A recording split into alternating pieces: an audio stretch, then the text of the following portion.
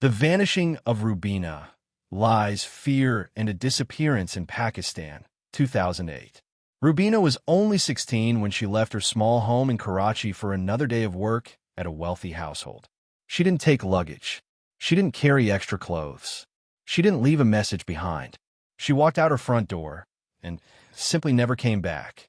What followed was a nightmare familiar to far too many poor families in South Asia. The police hesitated, the employers denied everything.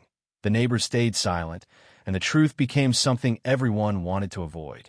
The case moved from a simple, missing maid complaint to a swirling accusation of exploitation, threats, class power, and a trail of lies that stretched across a city already known for hiding its darkest secrets. Rubina's disappearance wasn't just a crime. It was a reflection of a system where some lives matter less, some voices are ignored, and some truths are buried by influence. Records vanished, phone data was tampered with, timelines shifted depending on who was speaking. The deeper investigators looked, the more it seemed like someone, or several people, wanted her story erased. Tonight, we're reopening a case many tried to forget. A case where silence was more dangerous than any suspect. A case where power decided whose life had value and whose didn't. You're watching Dark Truth 25, and if you believe stories like Rubina's deserve to be heard, make sure you like, share, and comment. Your engagement forces these forgotten cases back into the light. The Last Walk, when Rubina stepped into danger. Rubina's final known day begins like so many others in Karachi's poorer neighborhoods. The faint smell of wood fire, the rush of morning traffic squeezing through narrow lanes, and a teenage girl preparing herself for another long day of work. She ties her scarf, packs her small lunch, and tells her mother she'll be back by evening. That short promise would become the last words her family ever hears from her.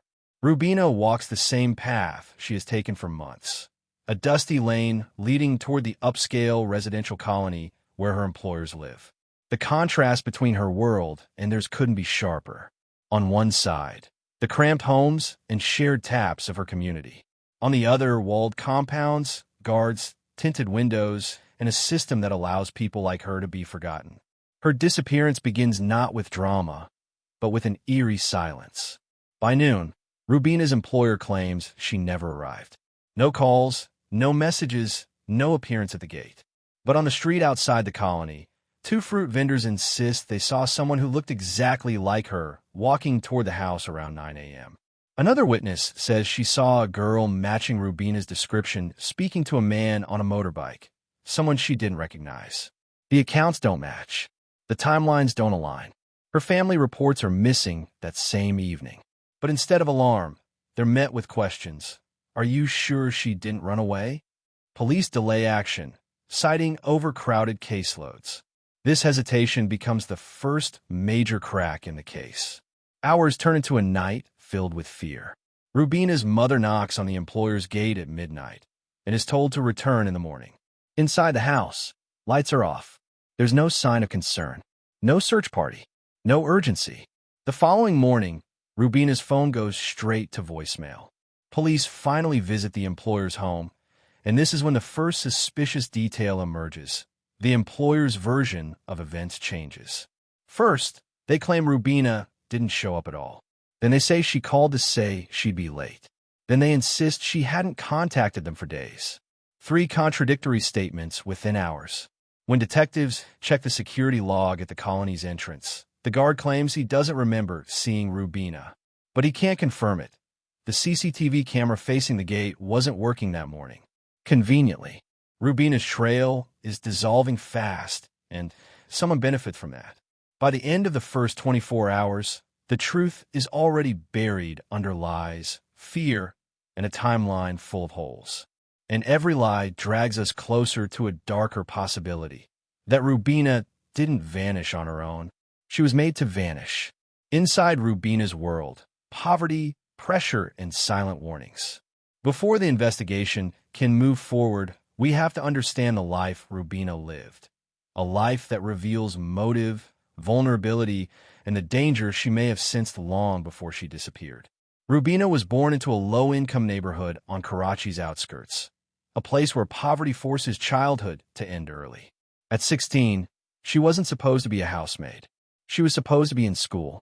But when her father fell ill and her mother started working multiple shifts, she became the family's only stable source of income. 5,000 rupees a month. That was the price of her labor, and eventually the price placed on her silence. Her employers lived in an entirely different universe. Polished floors, private guards, imported furniture, and the social power to make problems vanish.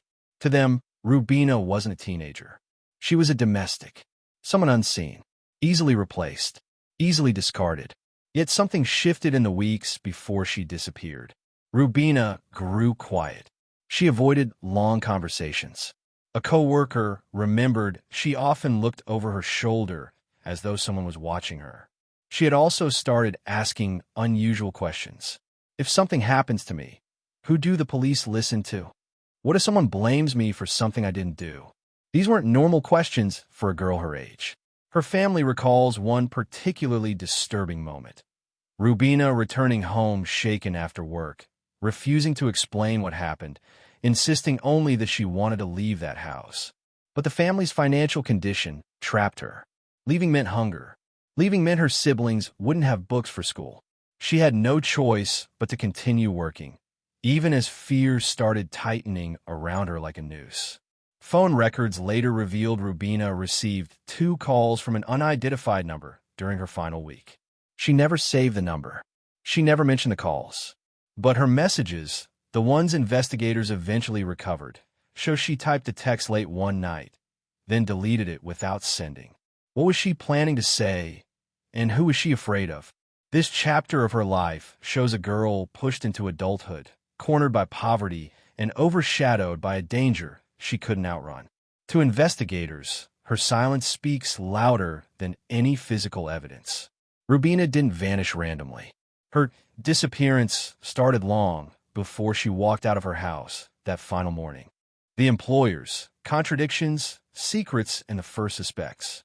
The investigation turned sharply when detectives focused their attention on the last place Rubina was supposed to be, the employer's residence. A 2-story home, well-guarded, and owned by a family whose influence stretched far beyond the neighborhood walls. From the moment police begin questioning them, something feels off. The employer gives 3 different accounts of Rubina's last known movements, each more contradicting than the last. She didn't come to work. She called to say she'd be late. We hadn't heard from her all week. 3 stories, 3 timelines. 1 girl missing. Investigators note subtle signs of discomfort. The employer's husband pacing repeatedly, the wife avoiding eye contact, and a cousin hovering in the background as if rehearsing what to say. Inside the house, things become even stranger. A room too clean. Rubina was responsible for cleaning certain areas, but one room, normally cluttered, appears spotless. The walls smell freshly scrubbed. A carpet is missing. The employer insists they threw it away due to wear, but neighbors report seeing staff carrying something heavy to a dumpster the same morning Rubina disappeared. Police can't recover it. Garbage was already collected. The silent guards, security guards who were on duty that morning suddenly don't remember seeing Rubina. But their logbook tells another story. A name scribbled faintly at 9:10 a.m. and then scratched out. Was it Rubina's? Or someone else's? Experts later confirmed the log had been tampered with. Phone records reveal pressure. Investigators uncover a series of phone calls between the employer and a senior police inspector hours before Rubina's family filed the missing complaint. Why the contact? Why the urgency? When detectives ask, the employer simply says, it was unrelated, but offers no explanation. Whispers of conflict. Neighbors hint at a tense argument inside the house days earlier. They heard a young female voice crying. They heard shouting, but no one reported it. Wealthy households are considered private domains, untouchable by scrutiny. One maid who worked next door tells police something shocking. Rubina had confided in her that the employer's son had been harassing her and that she didn't feel safe. Now the story changes. Not only did Rubina vanish, she vanished from a place full of secrets, contradictions, and people with motives to silence her.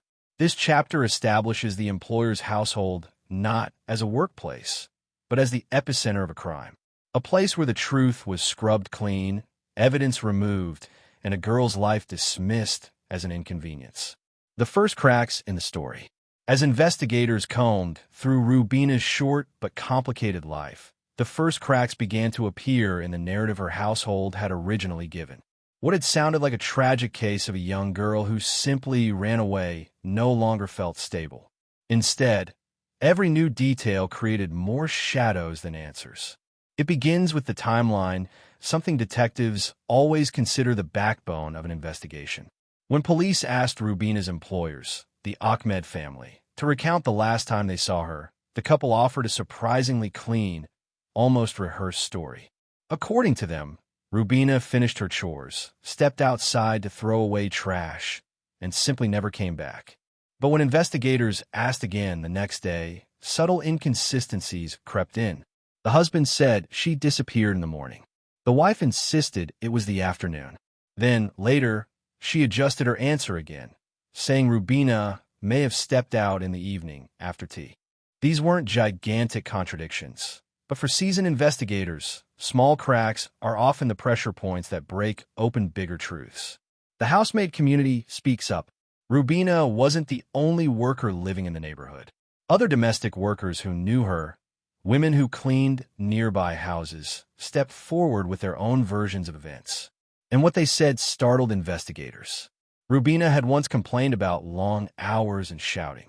She had allegedly confided that she was not allowed to visit her family freely. One worker even claimed Rubina said she felt afraid to make mistakes.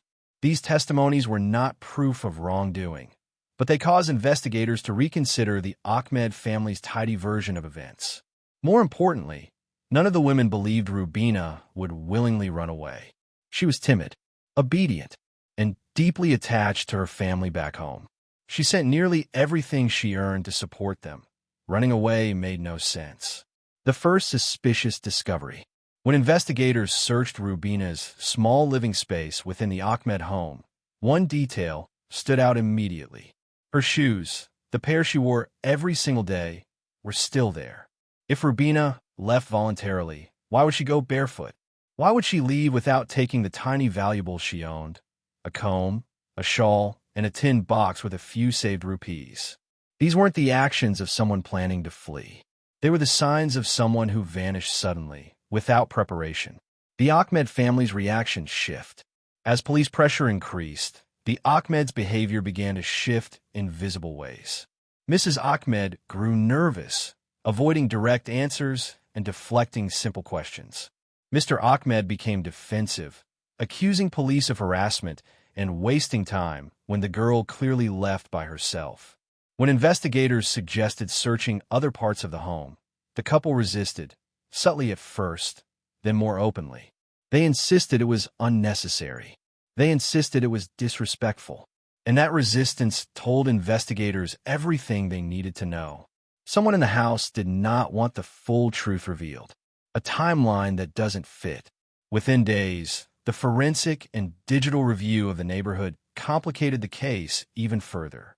CCTV cameras on nearby streets, though limited in 2008, showed no signs of Rubina walking off in the hours surrounding her alleged disappearance.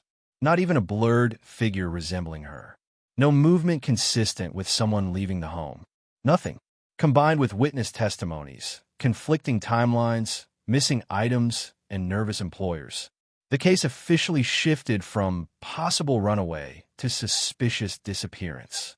And when that shift happened, the Ahmed story didn't just look questionable.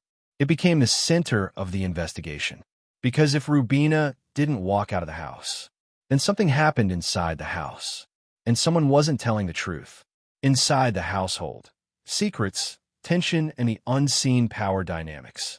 A house built on unequal power. Rubina wasn't an employee in the modern sense of the word.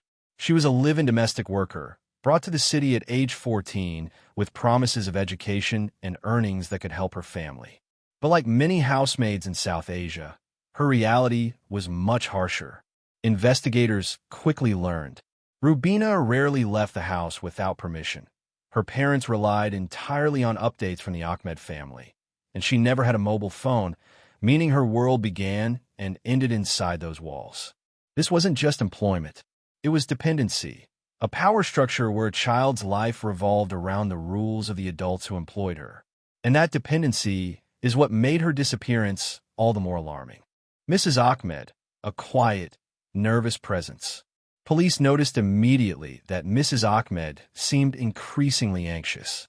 She avoided eye contact. She repeated herself. She corrected details mid-sentence.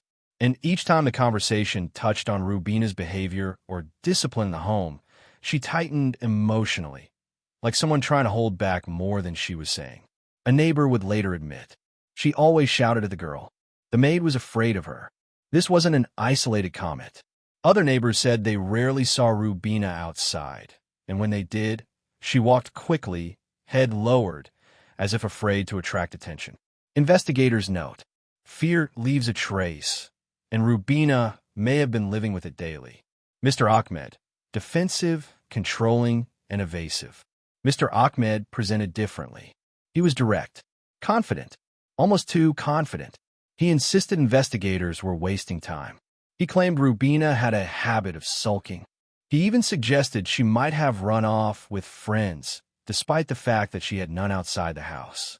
But the moment investigators asked to see the household staff records, payments, schedules, past complaints, his tone changed. He became guarded, irritated, dismissive, a common reaction when someone fears what the records might reveal. The children's testimonies, innocent voices, crucial clues. The Ahmeds had 2 young children, both of whom interacted with Rubina daily. And their statements, though childlike and incomplete, opened a new layer in the investigation. One child said, Rubina was crying the night before she was gone. Another mentioned, Mama was angry because Rubina broke something. Then came the most concerning detail. Papa told us not to talk about Rubina anymore. Children don't understand consequences. They don't know when they're revealing too much. And their innocent honesty is what made these comments impossible to ignore. Investigators now believe something had happened shortly before Rubina vanished, something the family didn't want discussed. Tension in the days before the disappearance. Neighbors were questioned extensively, and several reported. Shouting coming from the Ahmed home, unusual arguments late at night, and, most disturbingly, the sound of crying, not an adult's but a child. The cries stopped abruptly. No one checked. No one intervened. This silence, from the neighborhood and the household, became a haunting feature of the case. The maid's quarters, a disturbing stillness. Investigators obtained a full internal search order, something the Ahmeds had tried to delay. Inside Rubina's tiny room, they found neatly folded clothes she likely intended to wear again, her small metal tin of rupees, untouched, her personal items arranged exactly as if she had just stepped out moments earlier. But then came something subtle, yet extremely important. A thin layer of dust on some items, suggesting she hadn't touched anything for hours or days before she disappeared. If she left suddenly, the environment should have shown movement or disruption. Instead, it looked frozen, almost staged, a household under pressure. By the end of this phase of the investigation, detectives recognized the Ahmed home wasn't only the last place Rubina was seen, it was the place where tensions had been building for weeks. The contradictions, the nervous behavior, the hidden details, the children's innocent comments, the neighbors' accounts, the frozen state of Rubina's belongings. Individually, these details were suspicious, but together, they painted a pattern. Rubina didn't vanish into the outside world. Whatever happened, happened inside the house.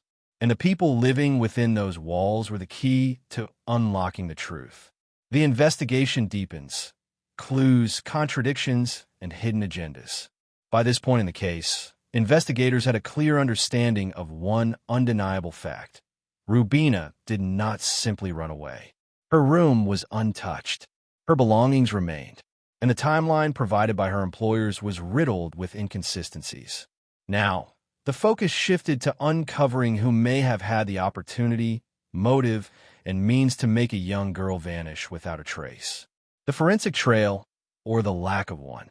Forensics played a critical role, though the environment presented challenges. Pakistan in 2008 lacked the widespread CCTV coverage of larger cities, and the Ahmed household had very limited security footage. The tiny fragments that were available, grainy images from a neighbor's camera, showed no figure matching Rubina exiting the compound during the hours she disappeared. Even her mobile phone, later recovered, revealed an unnerving pattern. Last activity logged precisely around 9:03 a.m. and outgoing calls, no messages sent, and no attempted contact. Attempts to trace the network or cell tower location yielded nothing conclusive. It was as though she had simply evaporated from the digital world at the same moment she vanished physically. Neighbors speak up. Investigators revisited the neighborhood, questioning everyone who might have seen something unusual. Some details were innocuous: a rickshaw waiting outside, someone sweeping the street, but others were chilling. A man walking briskly near the Ahmed compound with a large cloth bundle, that a young girl's voice crying late at night the day before Rubina disappeared. A motorcycle repeatedly circling the area, unaccounted for in police logs. While none of these observations constituted hard evidence, they formed a disturbing mosaic, revealing the possibility of premeditation, coordination, or even complicity by multiple parties. Conflicting accounts from the household. The Ahmed family's narrative continued to fracture under scrutiny. Detectives noted, Mrs. Ahmed insisted she hadn't spoken to Rubina for hours before the alleged disappearance. Yet a maid from a neighboring home claimed she saw Rubina carrying laundry under Mrs. Ahmed's supervision. Mr. Ahmed said Rubina might have left voluntarily. Yet household logs indicated she had completed all her chores, and typically, she would have been resting at that hour. Each contradiction added pressure on investigators to reconcile timelines. But the more they examined, the more impossible it seemed to reconstruct her final movements. Potential motives surface. Detectives began considering motives beyond the runaway theory. Domestic disputes. Neighbors reported tension in the household, with shouting and reprimands frequently directed at Rubina, covering up minor mistakes. Children's accounts indicated reprimands for small errors. Could fear of punishment have escalated? Influence and power. The Ahmed social standing meant the household could manipulate appearances. Neighbors rarely intervened, and minor complaints often went unheard. Secrets Rubina may have uncovered. Rumors from co-workers suggested she might have overheard something damaging to the family. Whatever the reason, investigators knew that Rubina's disappearance was not an accident. It was the result of human choices, deliberate actions, and someone in her environment held the key: the role of corruption and delay. In Pakistan, missing person cases involving domestic workers are often underprioritized. Rubina's case initially suffered from bureaucratic delay. Police reports were filed late. Statements were taken in an uncoordinated fashion. Preliminary leads were dismissed as routine disappearances. But even these delays contributed to the investigators' understanding. They highlighted systemic vulnerabilities and the grim reality that, when someone vanishes in a household with influence, the clock starts ticking against the missing person immediately. The first glimmer of evidence. A breakthrough came when investigators uncovered deleted logs on the Ahmed family's mobile devices. It appeared that messages sent to Rubina were removed, and a call record had been intentionally erased. This suggested two things. Someone was tampering with evidence. There was a deliberate effort to obscure interactions in the hours leading to her disappearance. It confirmed what detectives had long suspected. Rubina's vanishing wasn't random. Someone had meticulously tried to cover their tracks. By the end of this stage, the investigation had moved from confusion to grim certainty. Rubina did not leave voluntarily. Her disappearance was orchestrated within or around the household. Multiple witnesses, clues, and digital anomalies suggested coordination or concealment. The challenge now was to dig deeper, unravel the web of contradictions, and identify who held the power to erase a young life so completely. Leads, lies, and the web of deception. By the 7th chapter of this investigation, It became painfully clear that Rubina's disappearance was not just a missing person case, but a story layered with deliberate misdirection, fear, and hidden agendas. The deeper investigators delved, the more tangled the web of contradictions became, from household accounts to neighbors' observations and the strange digital footprints she left behind. The first investigative leads. Detectives began by tracing her last known movements. The path to the Ahmed household, conversations with coworkers and neighbor sightings near local streets and market areas. Every lead seemed promising, but ultimately fragmented. A fruit vendor claimed he saw her talking to a man near the main road. A motorcyclist told police he saw a girl matching her description waiting for someone. Yet none of these sightings could be confirmed. Even Rubina's phone, carefully analyzed by forensic teams, revealed suspicious silences. No outgoing calls, no social interactions, and deleted messages that hinted at conversations someone wanted erased. Unraveling the household narrative. The Ahmed family continued to present conflicting statements. Mr. Ahmed claimed Rubina was well-behaved and left voluntarily. Mrs. Ahmed insisted she had no idea where Rubina went. Staff members were reluctant to talk, giving vague answers like, "I don't remember, I wasn't there, I don't know anything." This created an atmosphere where truth and deception were indistinguishable. Investigators knew that somewhere within the house, evidence of what really happened was being deliberately concealed. Digital clues and evidence tampering. One of the most telling discoveries came for deleted phone records and logs. Rubina had received multiple anonymous calls and texts in the week before she vanished. The timing of deleted logs coincided precisely with the day of her disappearance. This suggested two possibilities. She was being coerced or threatened. Someone inside or close to the household had actively manipulated the digital evidence to cover their tracks. Neighbors began to talk. As the investigation intensified, neighbors who had been hesitant initially started sharing details. A van was spotted idling near the Ahmed home early in the morning. Voices of adults and a young girl were heard in an argument the night before Rubina vanished. Suspicious activity involving family staff moving items in and out of the house. None of these pieces were definitive evidence, but together they painted a suspiciously coordinated picture of the household in the hours leading to her disappearance. Possible motives emerge. Investigators now began to outline potential motives. Domestic conflict or punishment. Neighbors reported consistent tension and shouting in the household. Covering up minor mistakes. Children's accounts hinted at reprimands Rubina may have received that she feared reporting. Secrets she may have uncovered. Rumors suggested Rubina may have witnessed something compromising, perhaps involving family members or household staff. Each potential motive gave the investigation a more focused lens, but also deepened the mystery. Who among them had the strongest reason to ensure Rubina never revealed what she knew? Contradictions in timelines. One of the biggest challenges in Chapter 7 was reconciling the conflicting accounts. Witnesses reported seeing a girl resembling Rubina near the neighborhood streets at 9:15 a.m., yet the household maintained she had never left the home. That CCTV footage from nearby shops revealed unidentifiable figures moving around at critical times. Staff logs were inconsistent, with time entries added or erased. Every attempt to reconstruct a timeline only revealed more questions than answers. The atmosphere of fear and silence. Investigators observed that fear permeated the environment. Staff hesitated to speak openly. Neighbors were cautious about sharing details. Even Rubina's own family seemed uncertain how to proceed, unsure who could be trusted. This fear ensured that truth and deception intertwined, making the case more difficult to unravel with every passing day. By the end of this stage, detectives were left with a stark realization. Rubina did not leave voluntarily. Evidence was being concealed, altered, or destroyed. Multiple people had motive, means, and opportunity. Chapter 7 closes on a sobering note.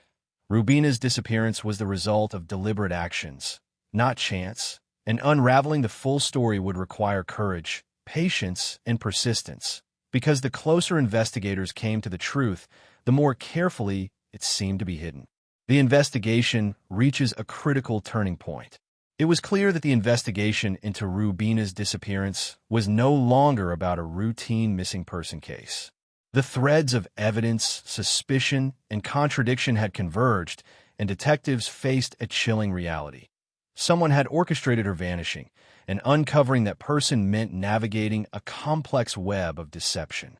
Re-examining the household, investigators returned to the Ahmed residence with a renewed focus. Every room, corridor, and closet was meticulously searched. Though previously examined, detectives now focused on subtle irregularities. Floors showed faint drag marks previously overlooked. Dust patterns suggested movement that didn't align with the family's statements. Locked storage areas, once dismissed as ordinary, revealed signs of recent tampering. These small details signaled something important. The crime had been carefully planned and evidence deliberately concealed. Witnesses began to open up. As the investigation intensified, some staff members who had been silent or hesitant finally spoke. Their testimonies painted a more troubling picture. Rubina had expressed fear of punishment for minor errors. She had overheard arguments and whispers about keeping things quiet. One staff member admitted to witnessing suspicious interactions between Rubina and a family member the day before she vanished. Each confession added weight to the theory that Rubina's disappearance was deliberate, not accidental. Digital footprints and deleted evidence. Analysis of Rubina's phone and deleted messages became central to the investigation. Detectives found calls erased at precise intervals, messages she attempted to send but were deleted before leaving her phone, communications that suggested she may have tried to warn someone or seek help in her final hours. This digital trail indicated that someone was actively monitoring and controlling her communication, further complicating the timeline and raising suspicion within the household. Neighbors' accounts add pressure. Repeated interviews with neighbors uncovered crucial pieces of the puzzle. A man, unknown to the family, had been seen lingering around the compound in the days before her disappearance, that a van was parked unusually early in the morning, raising questions about transportation or removal. Late-night sounds, crying, shouting, or hurried movement were reported, coinciding with the timeline of Rubina's last known activities. Though circumstantial, these accounts began to paint a coherent narrative of orchestrated disappearance, investigative dead ends, and frustration. Despite new insights, investigators faced obstacles. Household members repeatedly contradicted each other. Some witnesses became untraceable, their statements now unverifiable. Authorities had to contend with deliberate misdirection, from altered logs to withheld information. Each dead end, however, strengthened the urgency to reconstruct the precise sequence of events leading to Rubina's vanishing. The first signs of a breakthrough. The turning point came when police cross-referenced household testimonies, neighbor reports, digital evidence. Patterns began to emerge. Timing inconsistencies suggested someone in the household was actively controlling Rubina's movements. Deleted call logs and anonymous messages hinted that external threats or pressures may have been involved. For the first time, detectives had a working theory. Rubina's disappearance was not random. It was the result of deliberate actions by those with access and motive. With a critical insight, the investigation had entered a high-stakes phase. The evidence no longer supported chance or accident. Someone had made calculated decisions, and the task of unmasking them became the central challenge. The pressure was on. The investigators knew that uncovering the truth would require persistence, patience, and courage, because the closer they got, the more carefully the secret had been hidden. Uncovering the hidden connections. The investigation had shifted from searching for Rubina to unraveling the complex network of people, motives, and secrets surrounding her disappearance. Patterns were emerging, and detectives began to see connections previously hidden behind lies, fear, and silence. A web of relationships. Rubina's disappearance was not isolated. The investigators realized that the Ahmed household functioned within a larger ecosystem. Staff members who reported seeing strange behaviors or arguments were often dismissed or silenced. Neighbors noted interactions between household members and local officials that suggested influence and manipulation. People who were supposed to protect or observe Rubina were either too afraid or too complicit to speak. Each connection revealed that her world was carefully controlled, and that control extended far beyond the walls of the house. Contradictions that matter. At this stage, detectives began cataloging every contradiction in the household's narrative. Statements about Rubina's last day were inconsistent. Morning, afternoon, and evening all claimed at different times. Descriptions of her interactions with staff were vague and contradictory. Timing of chores, meals, and phone calls didn't align with what neighbors had witnessed. Individually, these contradictions might seem minor, but collectively, they exposed a deliberate pattern of deception designed to obscure the truth. Digital evidence points to suspicion. The investigation increasingly relied on digital clues. Deleted call logs and messages revealed attempts to contact Rubina before her disappearance. Anonymous calls to her phone suggested she was being coerced or threatened. Her phone records indicated she may have tried to seek help, but was prevented from doing so. This raised a chilling possibility. Someone was monitoring her every move and controlling her ability to communicate. A potential lead emerges. One breakthrough came from a neighbor's testimony. They reported seeing a family vehicle leave the compound unusually early in the morning. The vehicle returned later, and the neighbor noticed a large bundle in the back seat. Although circumstantial, this observation aligned with inconsistencies in the household's timeline and hinted at premeditation. The role of fear and silence. Detectives observed that fear was pervasive. Staff hesitated to share information, fearing retaliation. Neighbors avoided speaking openly, worried about the family's influence that Rubina's own family was unsure who could be trusted. This atmosphere of silence enabled hidden actions to go unchecked, prolonging the mystery of Rubina's disappearance. Identifying motives. By cross-referencing testimonies, digital data, and neighborhood accounts, investigators began to map possible motives. Domestic control. Rubina may have been punished for minor mistakes, family secrets. She may have observed events or knowledge someone wanted hidden. Social leverage. Her disappearance may have been used to protect or conceal the family's reputation. Each motive, combined with opportunity, narrowed the circle of potential suspects. Connecting the dots. Chapter 9 marks the stage where everything begins to converge. Contradictions in the household, story suspicious activity outside the house, digital traces of deleted messages and blocked calls, fear and silence from witnesses. Together, they painted a clear but disturbing picture. Rubina's disappearance was orchestrated, and someone deliberately controlled the narrative to conceal the truth. By the end of this chapter, the investigation reached a pivotal moment. The detectives understood that uncovering Rubina's fate required piercing the layers of lies, coercion, and fear. The evidence pointed to deliberate concealment. The next phase would bring them closer to the critical breakthrough, the moment when the web of deception could finally begin to unravel. The breakthrough, unraveling the final threads. By the 10th chapter, investigators were approaching the most critical phase of the Rubina case. After weeks of collecting evidence, re-interviewing witnesses, and analyzing digital and physical clues, the picture was coming into focus. What had begun as a mysterious vanishing had evolved into a calculated orchestration, and detectives were finally beginning to uncover the truth. Revisiting the household. Detectives returned to the Ahmed household with warrants and a precise plan. Every corner, closet, and room was re-examined, but this time with forensic precision.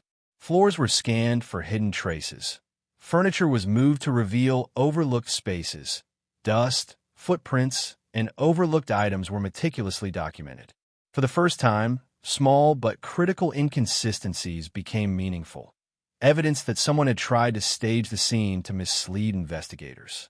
Digital evidence breakthrough. Rubina's phone records revealed a crucial clue. Deleted messages were recovered using forensic tools, showing calls and texts from unknown numbers in the hours before her disappearance. The messages suggested she had been coerced or threatened, and that someone may have been monitoring her communications. Point 1. recovered message hinted at her intention to speak to an external confidant, which may have triggered the sequence of events that led to her vanishing. This digital evidence began corroborating testimonies and neighbor accounts, giving the investigation its first tangible lead. Witness testimonies intensify. Neighbors and staff, encouraged by the investigators' persistence, began providing fuller accounts. Several reported seeing a van leaving the compound in the early hours, consistent with previous suspicions. Some staff members disclosed events they had been too afraid to mention before: arguments, unusual movements, and threats directed at Rubina. Children's accounts were revisited and cross-checked, revealing additional small but significant details about the household dynamics. Each testimony added another piece to the puzzle, gradually constraining the possibilities of what had happened inside the household, uncovering motives and opportunity. By this stage, detectives began pinpointing the most plausible motives: domestic abuse or conflict. Rubina may have been punished or silenced due to minor perceived transgressions that cover up of family secrets. Investigators found evidence suggesting she may have witnessed something the family wanted hidden: control over reputation. The disappearance may have been orchestrated to prevent the spread of damaging information about the household. Coupled with the opportunity, intimate knowledge of her routines, access to the house, and control over her communications, the case now had clear prime suspects. Piecing together the timeline, investigators reconstructed a minute-by-minute timeline of the critical day. Early morning, suspicious vehicle movements near the Ahmed compound. Mid-morning, Rubina's routine activities suddenly halted, no sightings outside the house. Late morning, deleted phone activity, suggesting someone interfered with her ability to communicate. Afternoon, final corroborated neighborhood sightings aligned with patterns of orchestrated concealment. The reconstructed timeline confirmed preparation and deliberation, not chance. The atmosphere of fear and compliance. A key insight emerged during interviews. Fear had been the tool that enabled this disappearance. Staff members and neighbors were either too afraid to act or actively complicit. The Ahmed household's influence, social standing, and intimidation prevented anyone from speaking out for days, making the investigation not only about Rubina, but about systemic silence and coercion. By the end of this chapter, the evidence pointed conclusively to deliberate action. Contradictions, digital traces, and witness testimonies aligned to reveal a calculated disappearance. Investigators were ready to move toward the final uncovering, identifying those responsible and understanding the full story behind Rubina's vanishing. As the investigation into Rubina's disappearance reached its climax, one chilling truth becomes impossible to ignore. Her vanishing was not an accident, but the result of deliberate actions and systemic silence. Each lie, every hesitation, every deleted message contributed to a story of fear, control, and concealment. While justice may take time, the case reminds us of the vulnerabilities faced by domestic workers and the urgent need for vigilance, accountability, and protection for those who cannot speak for themselves. If you found this investigation compelling, like this video, share it with friends, and leave your thoughts in the comments below. We welcome your insight, questions, and even criticism. It helps us bring the truth in a sharper focus. Stay tuned to Dark Truth 25 for more stories of crime, hidden agendas, and the pursuit of justice that refuses to stay silent.